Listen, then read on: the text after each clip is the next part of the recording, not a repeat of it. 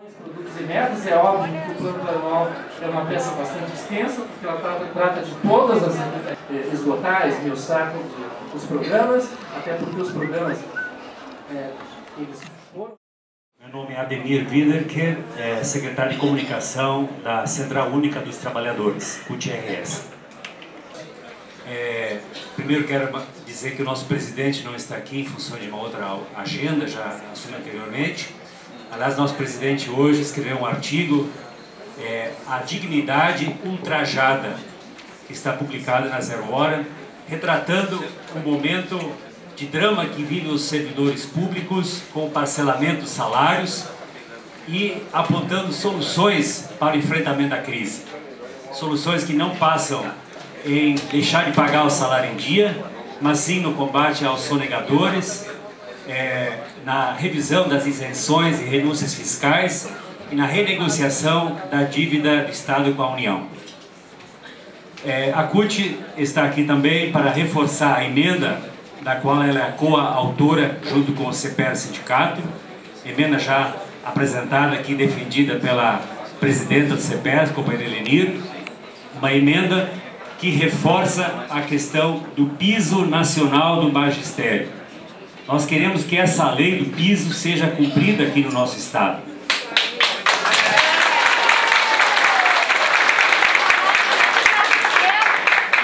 Nós achamos que a dívida tem que ser discutida, não no tubeleiro, mas com o governo do estado, com a Assembleia Legislativa.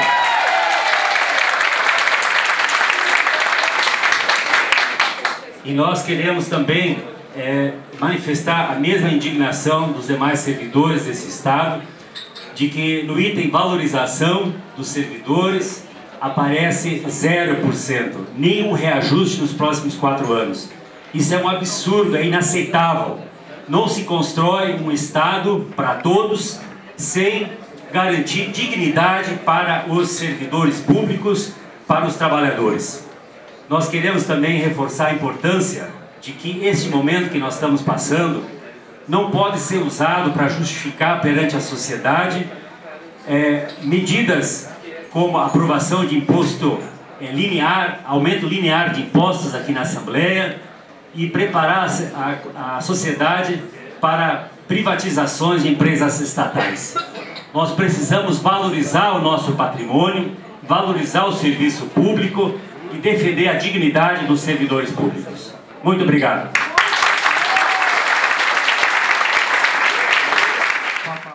O Estado do Rio Grande do Sul tem o dever legal de apresentar o plano plurianual em prazo estabelecido na Constituição. O que é o plano plurianual? Quando ocorre o processo eleitoral, os vários candidatos apresentam qual é o projeto que tem para a sociedade. Este governador não apresentou, ele disse que não fazia promessa e simplesmente que ele fazia. E está fazendo. Mas o que ele está fazendo não é resolvendo os problemas do Estado do Rio Grande do Sul. Ele passou o Estado dizendo que existia uma crise financeira e apresentando aquele gráfico dizendo que é histórico no Rio Grande do Sul a falta de recursos, que gasta mais do que recebe. O problema é no gasto ou é na receita? A nossa avaliação é que é na receita. Por que eu digo isso? Se eu for lá na secretaria, no site da Secretaria da Fazenda, lá vai dizer que o Estado deixa de arrecadar por ano com desonerações fiscais, para o ano de 2013, 13 bilhões e 900 milhões. Hoje deve passar dos 15 bilhões.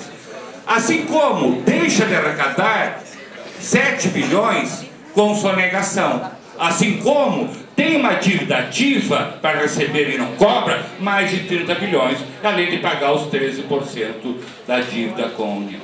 Portanto, o que nós temos aqui é um sucateamento da receita. E se eu não tenho receita, eu não posso gastar. E o que o PPA faz sobre isso? Nada. Nada e nada. Ele diz, essa é a crise e a partir daí que eu passo. Eu não mudo a estrutura política e econômica do Estado do Rio Grande do Sul desta forma. Portanto, esse erro de diagnóstico é o causador de todas as políticas.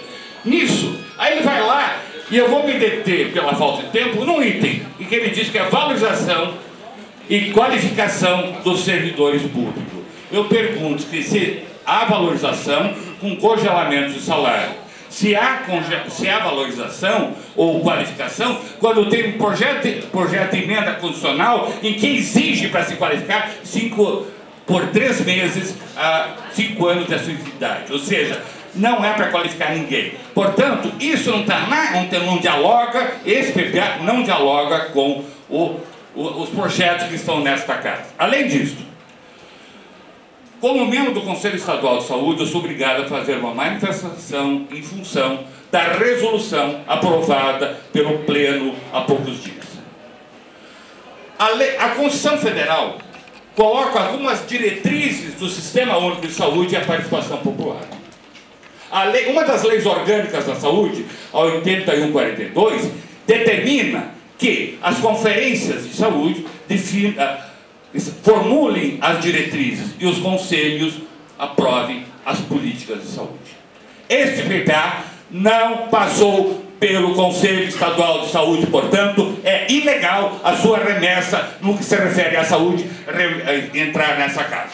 Além disso, não contempla aquilo que a FAMUR já disse, os 12% em ações de saúde pública. Portanto, essa peça que está aqui não corresponde à base legal brasileira.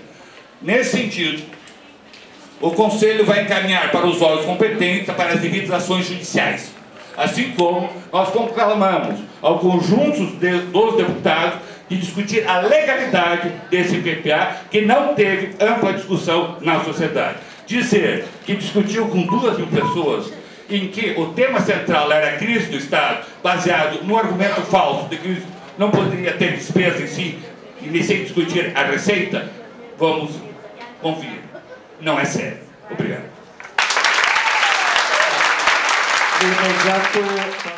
Porque o que está sendo falado pelo governo é que uma das alternativas é a questão de privatizações.